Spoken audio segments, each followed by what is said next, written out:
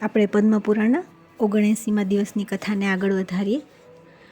હું એકવાર બજારમાં કોઈ અનાથ બાળકને મરેલો જોઈને તેને ઉઠાવીને ગંગાજીના તટ પર લઈ ગયો અને કફન વગેરેથી ઢાંકીને તેનો દાહ સંસ્કાર કર્યો. તે પુણ્યથી મને આ તીર્થની પ્રાપ્તિ થઈ છે. ધર્માત્મા પુંડરીકે ભાઈ ભરતની સદગતિ જોઈને પોતાના હૃદયમાં અનુમાન કર્યું કે આ તીર્થ મનની કામના પૂરી કરનારું છે. પછી તેણે આખો માઘ માસ ભગવાન વિષ્ણુ પોતાના સાક્ષાત સ્વરૂપે મારા ઘરમાં પધારીને નિવાસ કરે એવી કામનાથી પુષ્કર તીર્થમાં સ્નાન કર્યું. ત્યારબાદ તેણે ઘરે જઈને પોષની પૂર્ણિમાના દિવસે ઘરને સારી પેઠે સજાવીને ઉત્સવ કર્યો. બ્રાહ્મણ ભોજન કરાવ્યું અને ભગવાનના ગુણગાન કરીને જાગરણ કર્યું.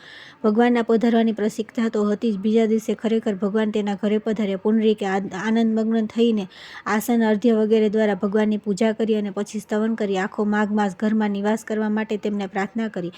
ભગવાન તેના દ્વારા વિવિધ રીતે પૂજિત થઈને પૂરો માઘ માસ તેના ઘરમાં રહ્યા અને અંતમાં તેને સર્વતીર્થ શિરોમણી ઇન્દ્રપ્રસ્થના પુષ્કર તીર્થમાં લાવીને સ્નાન કરાવ્યું. બસ તે જ સમયે પુંડરીકના શરીરમાંથી એક દિવ્ય જ્યોતિ નીકળી અને તે ભગવાન ગોવિંદના ચરણોમાં સમાઈ ગઈ. હવે ઇન્દ્રપ્રસ્થના પ્રયાગનો મહિમા સાંભળો. નર્મદા નદીના કિનારે મહિષ્મતીપુરીમાં એક રૂપ યૌવન સંપન્ન નાચ ગાનમાં નિપુણ મોહિની નામની વેશ્યા રહેતી હતી. ધનના લોભમાં તેણે અનેક મહાપાપ કર્યા હતા. વૃદ્ધાવસ્થા આવતા તેને સદબુદ્ધિ આવી અને તેણે પોતાનું ધન બગીચા, તળાવ, વાવડી, કુવા, દેવ મંદિર અને ધર્મશાળા બનાવવામાં વાપર્યું.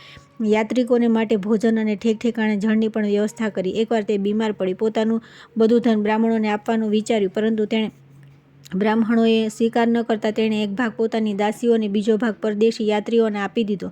સ્વયં નિર્ધન થઈ ગઈ. એ સમયે જરદ્વાર નામની મોહિનીની સખી તેની સેવા કરતી હતી. ભાગ્યવશ થોડા દિવસમાં તે સ્વસ્થ થઈ ગઈ, પરંતુ નિર્ધનતાના સ્થિતિમાં તે જરદ્વજ્ઞના ઘરમાં રહેવામાં તેને બહુ જ સંકોચ થયો અને તે ઘરમાંથી નીકળી ગઈ. એક દિવસ મોહિની વનના માર્ગે જઈ રહી હતી.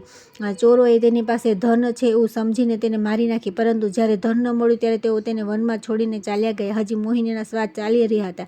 એ જ સમયે એક વાનપ્રસ્થી મહાત્મા આ પ્રયાગના જળને કમંડળમાં લઈને ત્યાં આવી પહોંચ્યા અને તીર્થનો મહિમા કહેતા તેમણે મોહિનીના મુખમાં તે જળ નાખ્યું. તે સમયે મોહિનીના મનમાં કોઈ રાજાની મહારાણી બનવાની ઈચ્છા હતી. મુખમાં પ્રયાગનું જળ પડતા તેના પ્રાણ નીકળી ગયા અને બીજા જન્મમાં તે દ્રવિડ દેશના રાજા વીરવર્માની હેમાંગી નામની મહારાણી થઈ. રાજમંત્રીની કન્યા કલા તેની સખી હતી. એક દિવસ હેમાંગી કલાના ઘરે ગઈ અને કલાએ તેને સોનાની પેટીમાં તેને એક વિચિત્ર પુસ્તક દેખાડ્યું, જેમાં અવતારોના ચિત્રોની સાથે સાથે સંપૂર્ણ ભૂગોળનો નકશો હતો. નકશો જોતા હેમાંગીની દ્રષ્ટિ પર પ્રયાગ તીર્થ પર પડી અને તેને તરત પોતાના પૂર્વજન્મનું સ્મરણ થઈ આવ્યું.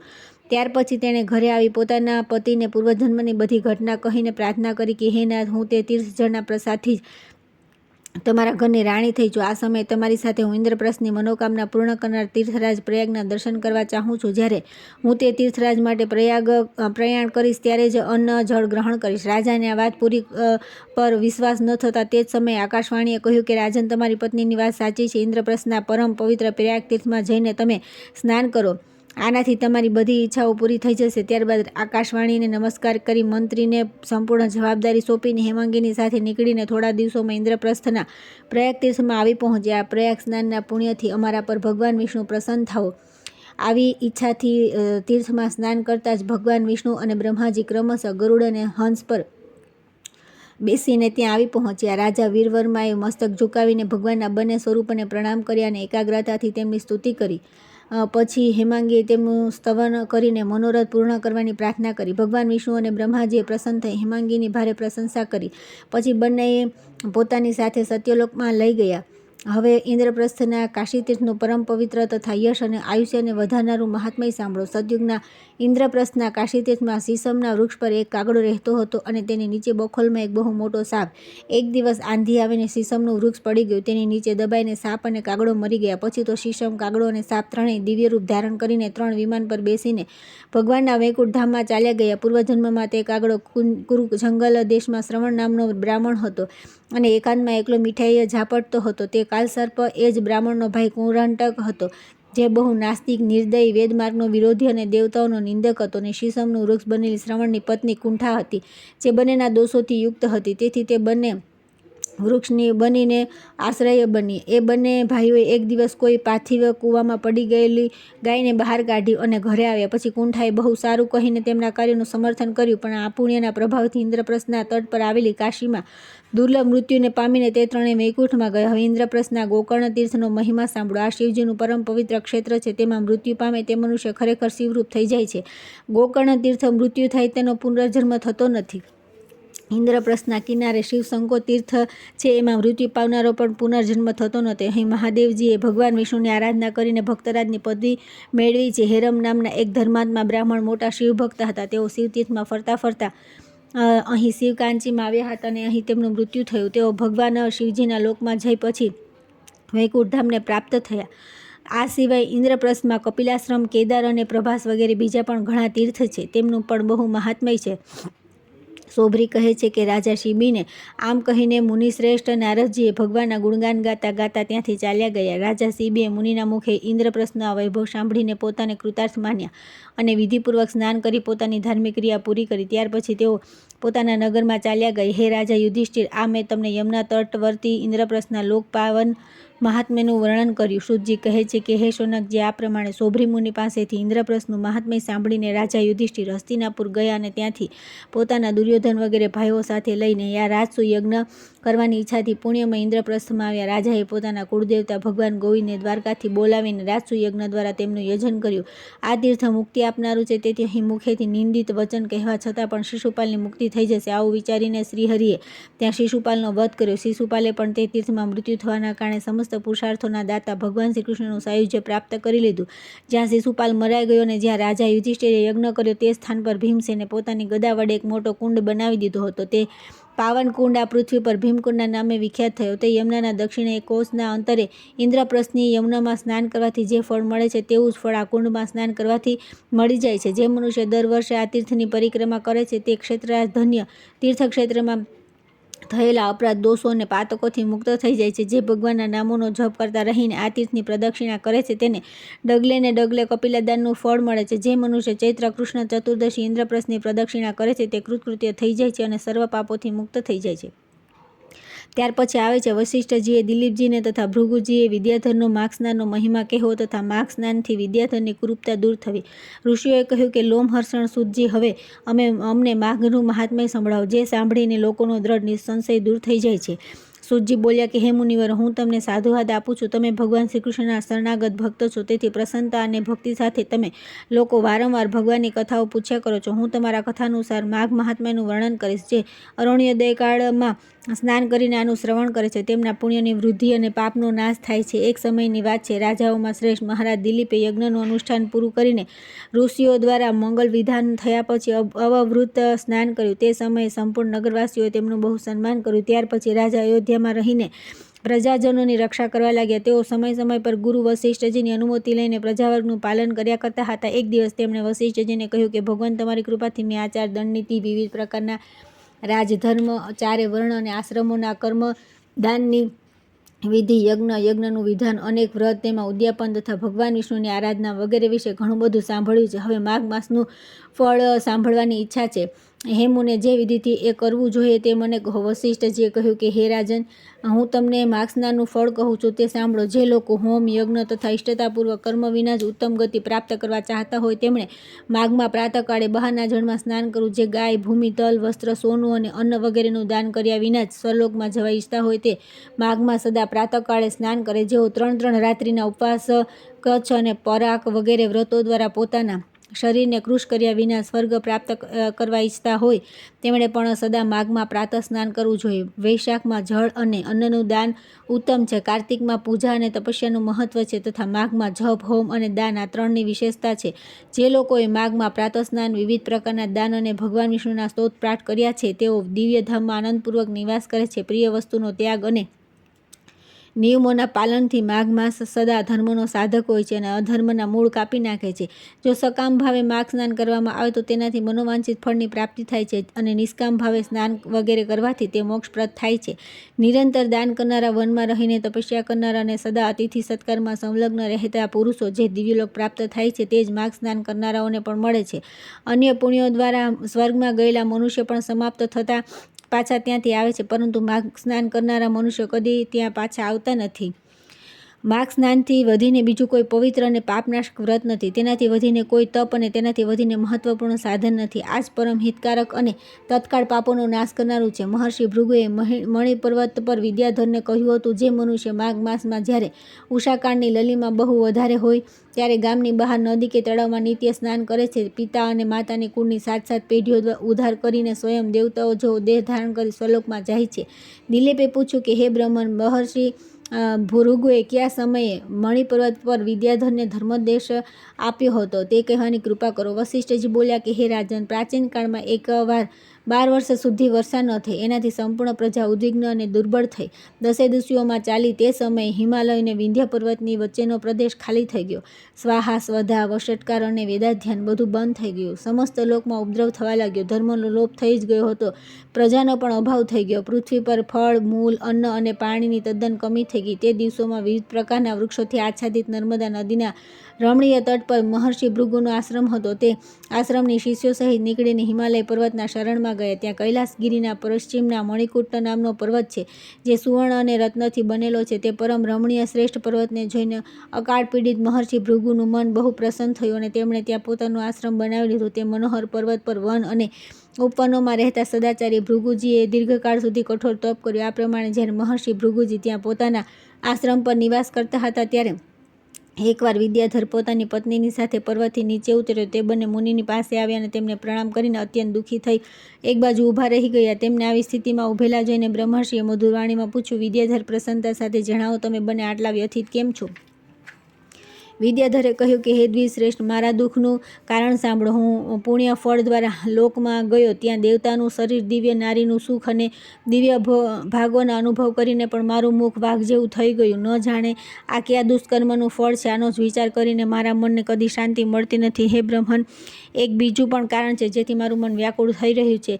આ મારી કલ્યાણમયી પત્ની બહુ જ મીઠા બોલી અને સુંદર છે. સ્વર્ગમાં શીલ, ઉદારતા, ગુણો, રૂપ અને યૌવનની સંપત્તિ દ્વારા આની બરાબરી કરી શકે એવી કોઈ પણ સ્ત્રી નથી. ક્યાં આ દેવમુખી સુંદરી અને ક્યાં મારા જેવો વાઘમુખો પુરુષ? હે બ્રહ્મન, હું આ વાતની ચિંતાથી મનમાં વ્યથિત છું. ભૃગુજીએ કહ્યું કે વિદ્યાધર શ્રેષ્ઠ, પૂર્વજન્મમાં તમારા દ્વારા જે અનુચિત કર્મ થયું છે તે સાંભળો. નિષિદ્ધ કર્મ ગમે તેટલું નાનું હોય, પરિણામમાં તે ભયંકર થઈ જાય છે. તમે પૂર્વજન્મમાં માઘ માસમાં એકાદશી ઉપવાસ કરી દ્વાદશીના દિવસે શરીર પર તેલ લગાડ્યું, તેથી તમારું મુખ વાઘ જેવું થઈ ગયું. પુણ્યમય એકાદશીનું વ્રત કરીને દ્વાદશીએ તેલનું સેવન કરવાથી પૂર્વકાળમાં ઈલાનંદન પૂર્વાને પણ કુરૂપ શરીરની પ્રાપ્તિ થઈ હતી. તેઓ પોતાના શરીરને કુરૂપ જોઈને તેના દુઃખથી બહુ દુઃખી થયા અને ગિરિરાજ હિમાલય પર જઈને ગંગાજીના કિનારે સ્નાન વગેરેથી પવિત્ર થઈને પવિત્રાપૂર્વક દર્ભાસન પર બેઠા. રાજાએ પોતાની સંપૂર્ણ ઇન્દ્રિયોને વશમાં કરીને હૃદયમાં ભગવાનનું ધ્યાન કરવાનો આરંભ કર્યો. તેમણે ધ્યાનમાં જોયું કે ભગવાનનો શ્રી વિગ્રહ નૂતન નીલમેઘ જેવો શ્યામ છે. તેમના નેત્ર કમળદળ જેવા વિશાળ છે. તેમણે પોતાના હાથોમાં શંખ, ચક્ર, ગદા અને પદ્મ ધારણ કરેલા છે. તેમણે પોતાના શ્રીઅંગ પર પીતાંબર ધારણ કર્યું છે. વક્ષસ્થળમાં કૌસ્તુભમણિ પ્રકાશ પાથરી રહ્યો છે તથા તેમણે કંઠમાં વનમાળા ધારણ કરેલી છે. આ પ્રમાણે શ્રીહરિનું ચિંતન કરીને રાજાએ પ્રાણવાયુના માર્ગ અને અંદર જ રોકી લીધો અને નાસિકાના અગ્રભાગ પર દ્રષ્ટિ રાખીને કુંડલિનીના મુખને ઉપર ઉઠાવીને સ્વયં સુષુમ્ના નાડીમાં સ્થિત થઈ ગયા. આ પ્રમાણે 1 માસ સુધી નિરાહાર રહીને તેમણે કઠોર તપ કર્યું. આ થોડા દિવસની તપસ્યાથી ભગવાન સંતુષ્ટ થઈ ગયા. તેમણે રાજાના 7 જન્મોની આરાધનાનું સ્મરણ કરીને તેમની સામે સ્વયં પ્રગટ થઈને દર્શન આપ્યા. તે દિવસે માઘ શુક્લ પક્ષની દ્વાદશી હતી. સૂર્ય મકર રાશિ પર સ્થિત હતા. ભગવાન વાસુદેવ બહુ જ પ્રસન્નતાથી ચક્રવર્તી નરેશ પુરુરવા પર શંખનું જળ છાંટીને તેમને અત્યંત સુંદર અને કમનીય રૂપ પ્રદાન કર્યું. તે રૂપ એટલું મનોહર હતું જેમાં દેવલોકની અપ્સરા ઉર્વશી પણ આકૃષ્ટ થઈ ગઈ અને તેણે પુરુરવાને પતિરૂપે પ્રાપ્ત કરવાની અભિલાષા કરી. આ પ્રમાણે રાજા પુરુરવા ભગવાન પાસેથી વરદાન મેળવીને કૃતકૃત્ય થઈને પોતાના નગરમાં પાછા આવ્યા. હે વિદ્યાધર, કર્મની ગતિ આવી છે એ જાણીને પણ તમે કેમ દુઃખી થાવ છો? જો તમે તમારા મુખની કુરૂપતા દૂર કરવા ચાહતા હો તો મારા કહેવા પ્રમાણે તરત મણિકૂટ નદીના જળમાં માઘ સ્નાન કરો. તે તીર્થ પૂર્વના પાપોનો નાશ કરનારું છે. તમારા સદભાગ્યે માઘ બિલકુલ નજીક છે. આજથી 5 દિવસ પછી માઘ માસ આરંભ થઈ જશે. તમે પોષના શુક્લ પક્ષની એકાદશીથી જ નીચે વેદી પર સૂવાનું શરૂ કરી દો અને 1 મહિના સુધી નિરાહાર રહીને 3 સમય સ્નાન કરો. ભોગોનો ત્યાગ કરી જીતેન્દ્રિય ભાવે 3 સમય ભગવાન વિષ્ણુની પૂજા કરતા રહો. હે વિદ્યાધર શ્રેષ્ઠ, જે દિવસે માઘ શુક્લ એકાદશી આવશે ત્યાં સુધીમાં તમારા બધા પાપો બળીને ભસ્મ થઈ જશે. દ્વાદશીના પવિત્ર દિવસે હું અભિમંત્રિત કલ્યાણકારી જળથી અભિષેક કરીને તમારું મુખ કામદેવ જેવું સુંદર કરી દઈશ. પછી દેવમુખ થઈને આ સુંદરી સાથે સુખપૂર્વક ક્રીડા કરતા રહેજો. હે વિદ્યાધર, માઘ માસની વિપત્તિનો નાશ થાય અને માઘ સ્નાનથી પાપ નષ્ટ થઈ જાય છે. માઘ બધા વ્રતોથી ચઢિયાતું છે તથા એ સર્વ પ્રકારના દાનોનું ફળ પ્રદાન કરનારું છે. પુષ્કર, કુરુક્ષેત્ર, બ્રહ્માવર, પૃથુદક, અવિમુક્ત ક્ષેત્ર, કાશી, પ્રયાગ તથા ગંગા સાગર સંગમમાં 10 વર્ષો સુધી શૌચ, સંતોષ વગેરેનો નિયમ કરવાથી જે ફળ પ્રાપ્ત થાય છે તે માઘ માસમાં 3 દિવસ પ્રાપ્ત સ્નાન કરવાથી થઈ જાય છે. જેમના મનમાં દીર્ઘકાળ સુધી સ્વર્ગના ભોગ ભોગવાની અભિલાષા હોય તેમણે સૂર્ય મકર રાશિ પર હોય ત્યાં પણ જળ મળે ત્યાં પ્રાતઃકાળે સ્નાન કરવું જોઈએ. આયુ, આરોગ્ય, રૂપ, સૌભાગ્ય અને ઉત્તમ ગુણોમાં જેમની રુચિ હોય તેમણે સૂર્ય મકર રાશિ પર હોય ત્યાં સુધી પ્રાતઃકાળ અવશ્ય સ્નાન કરવું જોઈએ. જે નરકથી ડરે છે અને અત્યંત દરિદ્રતાથી જેમને ત્રાસ થાય છે તેમણે પ્રયત્નપૂર્વક માઘ માસમાં પ્રાતઃકાળે સ્નાન કરવું જોઈએ. હે દેવશ્રેષ્ઠ, દરિદ્રતા, પાપ અને દુર્ભાગ્યરૂપી કીચડને ધોવા માટે માઘ સ્નાન સિવાય બીજો કોઈ ઉપાય નથી. બીજા કર્મોને જે અશ્રદ્ધાથી કરવામાં આવે તો તે અલ્પ ફળ આપે છે, પરંતુ માઘ માસનો સ્નાન જો શ્રદ્ધા વિના વિધિપૂર્વક પણ કરવામાં આવે તો તે પૂરેપૂરું ફળ આપે છે. ગામની બહાર નદી કે તળાવના જળમાં જ્યાં ક્યાંય પણ નિષ્કામ અથવા સકામ ભાવે માઘ સ્નાન કરનારા પુરુષ આલોક અને પરલોકમાં દુઃખનો અનુભવ કરતો નથી. જેમ ચંદ્રમાં કૃષ્ણ પક્ષમાં ક્ષીણ થાય છે અને શુક્લ પક્ષમાં વધે છે તે જ પ્રમાણે માઘ માસમાં સ્નાન કરવાથી પાપ ક્ષીણ થઈ જાય છે અને પુણ્ય વધે છે. જેમ સમુદ્રમાં વિવિધ પ્રકારના રત્નો ઉત્પન્ન થાય છે તે જ પ્રમાણે માઘ સ્નાનથી આયુ, ધન અને સ્ત્રી વગેરે સંપત્તિઓ પ્રાપ્ત થાય છે. જેમ કામધેનુ અને ચિંતામણી મનોવાંછિત ભોગ આપે છે તે જ પ્રમાણે માઘ સ્નાન બધા મનોરથોને પૂર્ણ કરે છે. સતયુગમાં તપસ્યાને, ત્રેતામાં જ્ઞાનને, દ્વાપરમાં ભગવાનના પૂજનને અને કળિયુગમાં દાનને ઉત્તમ માનવામાં આવ્યું છે, પરંતુ માઘ સ્નાન બધા યુગોમાં શ્રેષ્ઠ માનવામાં આવ્યું છે. સર્વને માટે, સમસ્ત વર્ણો આશ્રમોને માટે માઘ સ્નાન ધર્મની વૃષ્ટિ કરે છે. ભૃગુજી આ વચન સાંભળીને આ વિદ્યાધર એ જ આશ્રમ પર રોકાઈ ગયો અને માઘ માસમાં ભૃગુજીની સાથે તેણે વિધિપૂર્વક પર્વતીય નદીના કુંડમાં પત્ની સહિત સ્નાન કર્યું. મહર્ષિ ભૃગુના અનુગ્રહથી વિદ્યાધરે પોતાના મનોરથ પ્રાપ્ત કરી લીધો અને પછી તે દેવમુખ થઈને મણિ પર્વત પર આનંદપૂર્વક રહેવા લાગ્યા. ભૃગુજી તેના પર બહુ પ્રસન્ન થયા અને પુનઃ વિંધ્ય પર્વત પર પોતાના આશ્રમ પર ચાલ્યા આવ્યા.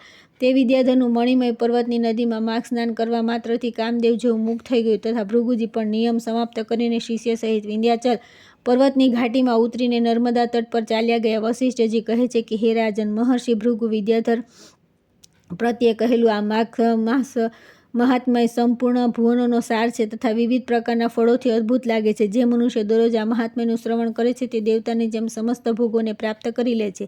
ત્યાર પછી આવે છે મૃગુશૃંગ મુનિએ ભગવાનનું વરદાન પ્રાપ્ત કરીને પોતાના ઘરે આવવું. વશિષ્ઠજી કહે છે કે હે રાજન, હું માઘ માસનો પ્રભાવ કહું છું તે સાંભળો અને ભક્તિપૂર્વક સાંભળીને મનુષ્ય સર્વ પાપોથી મુક્ત થઈ જાય છે. પ્રાચીન રથંતર કલ્પના સતયુગમાં કુત્સ નામના એક ઋષિ હતા જે બ્રહ્માજીના પુત્ર હતા. તેઓ બહુ તેજસ્વી અને નિષ્પાપ હતા. તેમણે કરદર્મ ઋષિની સુંદર કન્યા સાથે વિધિપૂર્વક લગ્ન કર્યા હતા. તેના ગર્ભથી મુનિને વત્સ નામનો પુત્ર થયો હતો જે વંશધર હતો. વંશ 5 વર્ષનો થયો ત્યારે પિતાએ તેના ઉપનયન સંસ્કાર કરીને તેમને ગાયત્રી મંત્રનો ઉપદેશ કર્યો હતો.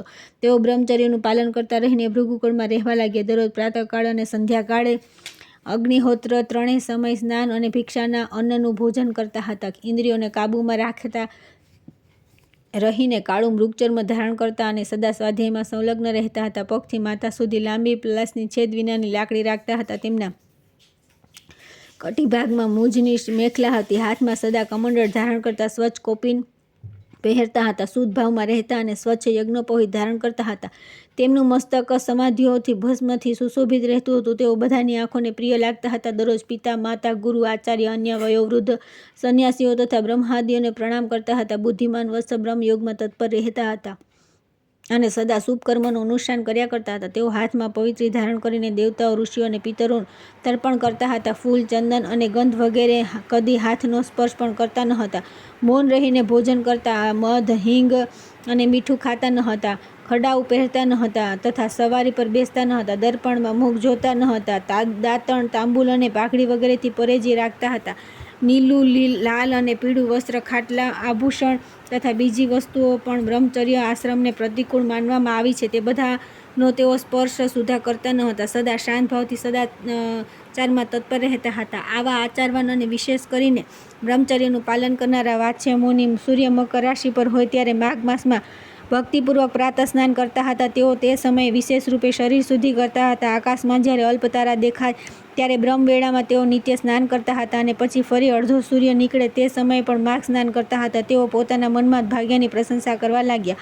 અહો, આ પશ્ચિમ વાહિની કાવેરી નદીમાં સ્નાનનો યોગ થવો મોટે ભાગે મનુષ્યને માટે દુર્લભ છે. તો પણ મેં સૂર્ય મકરમાં છે ત્યારે અહીં સ્નાન કર્યું. ખરેખર હું બહુ ભાગ્યશાળી છું. સમુદ્રમાં જેટલી નદીઓ મળી છે તે બધી નદીઓનો પ્રવાહ જ્યાં પશ્ચિમમાં અથવા ઉત્તર તરફ છે તે બધાનું પ્રયાગથી પણ વધારે મહત્ત્વ બતાવવામાં આવ્યું છે. મેં મારા પૂર્વના પુણ્યોના પ્રભાવથી આજે કાવેરીનો પશ્ચિમ તરફ જતો પ્રવાહ પ્રાપ્ત કર્યો છે. વાસ્તવમાં હું કૃતાર્થ છું. આ પ્રમાણે વિચાર કરતા તેઓ પ્રસન્ન થઈને કાવેરીના જળમાં 3 સમય સ્નાન કરતા હતા.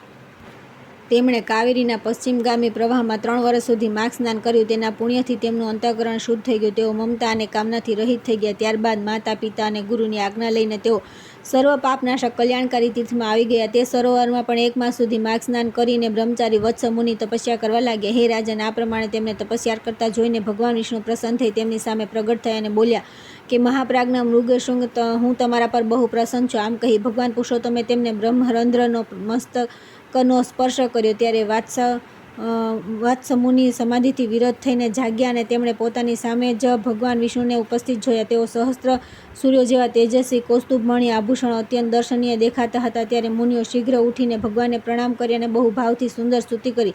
ભગવાન ઋષિકેશને સ્તુતિ અને પ્રણામ કરીને વત્સ મુનિ પોતાના મસ્તક પર હાથ જોડીને ચૂપચાપ ભગવાનની આગળ ઊભા થઈ ગયા. તે સમયે તેમના નેત્રોથી આનંદમાં આંસુ વહી રહ્યા હતા અને સંપૂર્ણ શરીરમાં રોમાંચ થઈ રહ્યો હતો. ત્યારે ભગવાને કહ્યું કે મૃગશૃંગ, તમારી આ સ્તુતિથી મને બહુ પ્રસન્નતા થઈ છે. માઘ માસમાં સરોવરના જળમાં જે તમે સ્નાન અને તપ કર્યું છે તેનાથી હું બહુ સંતુષ્ટ છું. હે મુનિ, તમે સતત કષ્ટ સહીને થાકી ગયો છો. દક્ષિણાઓ સહિત યજ્ઞ, દાન, અન્ય નિયમ તથા યમના પાલનથી પણ મને એટલો સંતોષ નથી થતો જેટલો માઘ સ્નાનથી થાય છે. પહેલાં તમે મારી પાસે વરદાન માગો, પછી હું તમને મનોવાંછિત વસ્તુ આપીશ. તમે મારી પ્રસન્નતા માટે હું જે આપું તેનું પાલન કરો. આ સમયે તમારા બ્રહ્મચર્યથી જે રીતે ઋષિઓનો સંતોષ થાય છે તે જ પ્રમાણે તમે યજ્ઞ કરી દેવતાઓને અને સંતાન ઉત્પન્ન કરીને પિતૃઓને સંતુષ્ટ કરો. મારા સંતોષ માટે આ 2 કાર્ય તમારે ચોક્કસ કરવા જોઈએ. આગલા જન્મમાં તમે બ્રહ્માજીના પુત્ર મહાજ્ઞાની ઋભુ નામના જીવનમુક્ત બ્રાહ્મણ થશો અને નિદાધને વેદાંત વાક્યજન્ય જ્ઞાનનો ઉપદેશ આપીને ફરી પરમધામને પ્રાપ્ત થઈ જશો. મૃગશૃંગા બોલ્યા, હે દેવ, સંપૂર્ણ દેવતાઓ દ્વારા વંદિત જગન્નાથ, તમે સદા અહીં નિવાસ કરો અને સર્વને સર્વ પ્રકારના ભોગ પ્રદાન કરતા રહો. તમે બધા જીવોને સર્વ પ્રકારની સંપત્તિ પ્રદાન કરો. હે ભગવાન, જો હું તમારો કૃપાપાત્ર છું તો આ એક વરદાન છે જે મેં તમને કહ્યું છે તે આપવાની કૃપા કરો. હે કમલનયન, ચરણોમાં પડેલા ભક્તોના દુઃખ દૂર કરનારા અચ્યુત, તમે મારા પર પ્રસન્ન થાઓ. હે શરણાગત વત્સલ, હું તમારા શરણે આવી છું. ભગવાન વિષ્ણુ બોલ્યા કે હે મૃગશૃંગ, એવમસ્તુ, હું સદા અહીં નિવાસ કરીશ. જે લોકો અહીં મારું પૂજન કરશે તેમને સર્વ પ્રકારની સંપત્તિ પ્રાપ્ત થશે. ખાસ કરીને જ્યારે સૂર્ય મકર રાશિ પર હોય તે સમયે આ સરોવરમાં સ્નાન કરવાવાળા મનુષ્ય બધા પાપોથી મુક્ત થઈને મારા પરમપદને પ્રાપ્ત થશે. વ્યતિપાત યોગમાં અયન પ્રારંભના દિવસે મકર સંક્રાંતિના સમયે વિષુવવગમાં પૂર્ણિમા તથા અમાવસ્યા તિથિએ તથા ચંદ્રગ્રહણ અને સૂર્યગ્રહણના અવસર પર અહીં સ્નાન કરીને યથાશક્તિ દાન આપવાથી અને તમારા મુખેથી નીકળેલા આ સ્તોત્રનો મારી સામે પાઠ કરવાથી મનુષ્ય મારા લોકમાં પ્રતિષ્ઠિત થશે. ભગવાન ગોવિંદ આ પ્રમાણે કહ્યા પછી તે બ્રાહ્મણ કુમારે ફરી પ્રણામ કર્યા અને ભક્તોને આધીન રહેવાવાળા શ્રીહરિને ફરી પ્રસન્ન કર્યા. હે કૃપાનિધિ, હે દેવેશ્વર, હું તો કુત્સ મુનિનો પુત્ર વત્સ છું. પછી તમે મને મૃગશૃંગ કહીને કેમ સંબોધિત કર્યો છે? ભગવાન બોલ્યા કે હે બ્રહ્મન, આ કલ્યાણ સરોવરના તટ પર જ્યારે તમે તપસ્યા કરતા હતા તે જ સમયે અહીં મૃગ પાણી પીવા આવ્યા હતા. તેઓ નિર્ભય થઈને તમારા શરીર પર શિંગડા રગડતા હતા. તેથી શ્રેષ્ઠ મુનિઓ તમને મૃગશૃંગ કહે છે. આજથી લોકો તમને મૃગશૃંગ જ કહેશે. આ પ્રમાણે કહીને સર્વને સર્વ કંઈ પ્રદાન કરનારા ભગવાન સર્વેશ્વર ત્યાં રહેવા લાગ્યા. ત્યાર પછી મૃગશૃંગ મુનિએ ભગવાનનું પૂજન કર્યું અને તેમની આજ્ઞા લઈને તેઓ પર્વત પરથી ચાલ્યા ગયા. સંસારનો ઉપકાર કરવા માટે તેમણે ગૃહસ્થ ધર્મનો સ્વીકાર કરવાનો નિશ્ચય કર્યો અને પોતાના અંતઃકરણમાં નિરંતર તેઓ આદિપુરુષ કમલનયન ભગવાન વિષ્ણુનું ચિંતન કરવા લાગ્યા. પોતાની જન્મભૂમિ ભોજરા નગરમાં પોતાના ઘરે આવી માતાને પિતાને પ્રણામ કરીને પોતાના બધા સમાચાર કહ્યા. માતા પિતાના નેત્રોમાં આનંદના આંસુ ઉભરાઈ ગયા. તેમણે પુત્રને છાતીએ લગાવીને વારંવાર તેનું મસ્તક સૂંઘ્યું અને પ્રેમપૂર્વક અભિનંદન કર્યું. વત્સ પોતાના ગુરુને પ્રણામ કરીને ફરી સ્વાધ્યાયમાં લાગી ગયા. પિતા, માતા અને ગુરુ ત્રણેયની દરરોજ સેવા કરતા રહીને તેમણે સંપૂર્ણ વેદોનું અધ્યયન કર્યું અને ગુરુની આજ્ઞા લઈને વિધિપૂર્વક વ્રત, સ્નાન અને ઉત્સર્ગનું કાર્ય પૂર્ણ કર્યું. ત્યાર પછી મહાશૃંગે પોતાના પિતાને આ પ્રમાણે કહ્યું કે તાત પુત્રની ઉત્પત્તિ માટે પિતા અને માતાને જે ક્લેશ સહેવો પડે છે તેનો બદલો 100 વર્ષમાં પણ ચૂકવી શકાતો નથી. તેથી પુત્રે સદા માતા પિતા અને ગુરુને પ્રિય કરવું જોઈએ. આ ત્રણેય જો અત્યંત સંતુષ્ટ થઈ જાય તો બધી તપસ્યા પૂર્ણ થઈ જાય. આ ત્રણેય ની સેવાને જ સૌથી મોટું તપ કહ્યું છે. એમની આજ્ઞાનું ઉલ્લંઘન કરીને જે કંઈ પણ કરવામાં આવે છે તે કદી સિદ્ધ થતું નથી. વિદ્વાન પુરુષ આ ત્રણની આરાધના કરીને ત્રણેય લોક પર વિજય થાય છે, જેનાથી આ ત્રણેયને સંતોષ હોય છે. તે જ મનુષ્યો માટે ચારે પુરુષાર્થ છે. એ સિવાય જે કંઈ પણ છે તે ઉપધર્મ કહેવાય છે. મનુષ્ય અખંડ બ્રહ્મચર્યનું પાલન કરતા રહીને પિતાથી ક્રમશઃ 3, 2 અથવા 1 વેદનું અધ્યયન કર્યા પછી ગૃહસ્થાશ્રમમાં પ્રવેશ કરવો યોગ્ય છે. જો પત્ની પોતાને વશમાં રહે તો ગૃહસ્થાશ્રમને વધીને બીજી કોઈ વસ્તુ નથી. પતિ અને પત્નીની અનુકૂળતા ધર્મ, અર્થ અને કામની સિદ્ધિનું મુખ્ય કારણ છે. જો સ્ત્રી અનુકૂળ હોય તો સ્વર્ગથી શું લેવું? ઘર જ સ્વર્ગ બની જાય છે. અને જો પત્ની વિપરીત સ્વભાવની મળી ગઈ તો નરકમાં જવાની ક્યાં જરૂર છે? અહીં નરકના દ્રશ્યો ઉપસ્થિત થઈ જાય છે. સુખના માટે ગૃહસ્થાશ્રમનો સ્વીકાર કરવામાં આવે છે, પરંતુ તે સુખ પત્નીને આધીન છે. જો પત્ની વિનયશીલ હોય તો ધર્મ, અર્થ અને કામની પ્રાપ્તિ નિશ્ચિત છે. ગૃહ કાર્યમાં ચતુર, સંતાનવતી, પતિવ્રતા, પ્રિય વચન બોલનારી અને પતિને આધીન રહેવાવાળી છે. આવી આવશ્યક ગુણોથી યુક્ત નારી સ્ત્રીના રૂપમાં સાક્ષાત લક્ષ્મી છે. તેથી આપણા સમાન વર્ણની ઉત્તમ લક્ષણોવાળી ભાર્યા સાથે લગ્ન કરવા જોઈએ, જે પિતાના ગોત્ર અથવા માતાના સપિંડ વર્ગમાં ઉત્પન્ન થઈ ન હોય. જે સ્ત્રી લગ્ન કરવા યોગ્ય હોય છે તથા તેનાથી દ્વિજોના ધર્મની વૃદ્ધિ થાય છે, જેને કોઈ રોગ ન હોય, જેને ભાઈ હોય, જે ઉંમર અને કદમાં આપણાથી થોડી નાની હોય અને જેનું મુખ સૌમ્ય તથા જે મધુર બોલતી હોય, એવી ભાર્યા સાથે દ્વિજે લગ્ન કરવા જોઈએ. જેનું નામ પર્વત, નક્ષત્ર, વૃક્ષ, નદી, સૂર્ય, પક્ષી તથા નોકરોના નામ પર ન રાખવામાં આવ્યો. જેના નામમાં કોમળતા હોય એવી કન્યા સાથે બુદ્ધિમાન પુરુષે લગ્ન કરવા જોઈએ. આ પ્રમાણે ઉત્તમ લક્ષણોની પરીક્ષા કરીને જ કોઈ કન્યા સાથે લગ્ન કરવા ઉચિત છે. ઉત્તમ લક્ષણ અને ઉત્તમ આચરણવાળી કન્યા પતિનું આયુષ્ય વધારે છે. તેથી હે પિતાજી, આવી પત્ની ક્યાં મળશે? કુત્સે કહ્યું, પરમ બુદ્ધિમાન વૃક્ષ અંગે એના માટે કોઈ વિચાર ન કરો. તમારા જેવા સદાચારી પુરુષ માટે કંઈ પણ દુર્લભ નથી. જે સદાચારહીન, આળસુ, માગસ્નાન ન કરનાર, અતિથિ પૂજનથી દૂર રહેવાવાળા, એકાદશીનો ઉપવાસ ન કરનારા, મહાદેવજીની ભક્તિરીત, માતા પિતા માં ભક્તિ ન રાખનારા, ગુરુને સંતોષ ન આપનારા, ગાયોની સેવાથી વિમુખ, બ્રાહ્મણોનું હિત ન ચાહનારા, યજ્ઞ, હોમ અને શ્રદ્ધા ન કરનારા, બીજાને આપ્યા વિના એકલા ખાવાળા, દાન, ધર્મ અને શીલથી રહિત, અગ્નિહોત્ર કર્યા વિના ભોજન કરનારા, આવા લોકો માટે જ તેવી સ્ત્રીઓ દુર્લભ છે. બેટા, પ્રાતઃકાળ સ્નાન કરવાથી માઘ મહિનો વિદ્યા, નિર્મળ કીર્તિ, આરોગ્ય, આયુ, અક્ષય ધન, સમસ્ત પાપોથી મુક્તિ તથા ઇન્દ્રલોક પ્રદાન કરે છે. બેટા, માઘમાં સૌભાગ્ય, સદાચાર, સંતાન વૃદ્ધિ, સત્સંગ, સત્ય, ઉદારભાવ, ખ્યાતિ, સુરતા અને બળ બધું જ આપે છે. કેટલું ગણું તે શું નથી આપતો? હે પુણ્યાત્મન, કમલ જેવા નેત્રોવાળા ભગવાન વિષ્ણુ માઘ સ્નાન કરવાથી તમારા પર બહુ ખુશ છે. વશિષ્ઠજી કહે છે કે હે રાજન, પિતાના આ સત્ય વચન સાંભળીને મૃગશૃંગ મુનિ બહુ મનમાં પ્રસન્ન થયા. તેમણે પિતાના ચરણોમાં મસ્તક ઝુકાવીને ફરી પ્રણામ કર્યા અને દિવસ રાત તેઓ પોતાના હૃદયમાં શ્રીહરિનું ચિંતન કરવા લાગ્યા.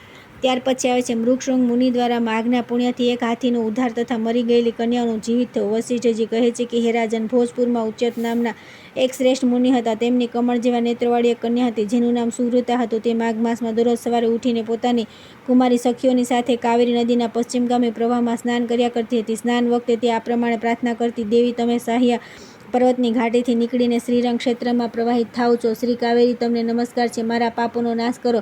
હે મરુ વૃદ્ધે, તમે મોટા સૌભાગ્યશાળીની છો. માઘ માસમાં જે લોકો તમારા જળમાં સ્નાન કરે છે, તમે મોટા મોટા પાપોને હરી લો છો. હે માતા, મને મંગળ પ્રદાન કરો. હે પશ્ચિમ વાહિની કાવેરી, મને પતિ, ધન, પુત્ર, સંપૂર્ણ મનોરથ અને પાતિવ્રત્ય પાલનની શક્તિ આપો. આ પ્રમાણે કહીને સુવ્રતા કાવેરીને પ્રણામ કરતી અને જ્યારે થોડો સૂર્યોદય થતો તે જ સમયે તે નિત્ય સ્નાન કરતી હતી. આ પ્રમાણે તેણે 3 વર્ષ સુધી માઘ સ્નાન કર્યું. તેનું ઉત્તમ ચરિત્ર અને ગૃહ કાર્યમાં ચતુરતા જોઈને પિતાને બહુ પ્રસન્નતા થઈ. તેઓ વિચાર કરવા લાગ્યા કે મારી કન્યાના લગ્ન કોની સાથે કરું.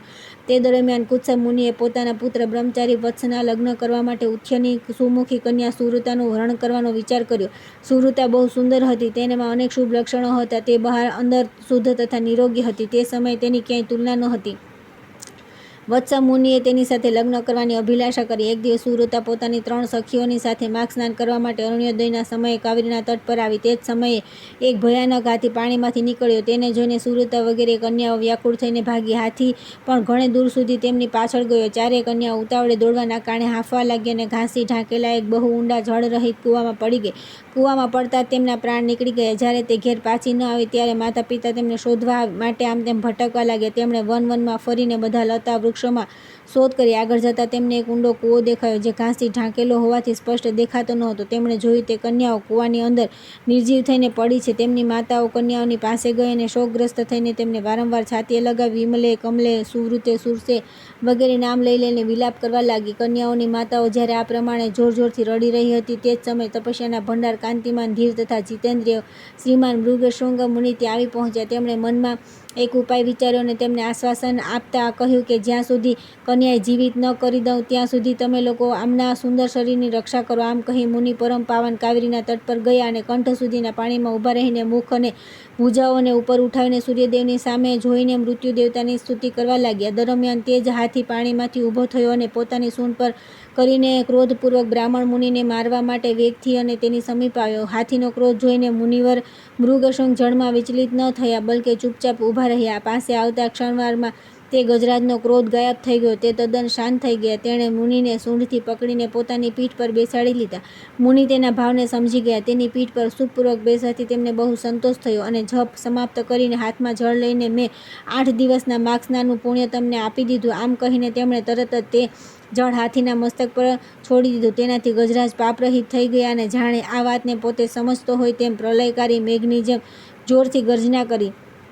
તેની આ ગર્જનાથી પણ મુનિના મનમાં ભારે પ્રસન્નતા થઈ અને તેમણે કૃપાપૂર્વક તે ગજરાજ સામે જોઈને તેના પર પોતાનો હાથ ફેરવ્યો. મુનિના હાથનો સ્પર્શ થવાથી તેણે હાથીના શરીરનો ત્યાગ કર્યો અને આકાશમાં તે દેવતાની જેમ દિવ્ય રૂપે દેખાયો. તે રૂપમાં જોઈને મુનીશ્વરો બહુ આશ્ચર્ય થયું.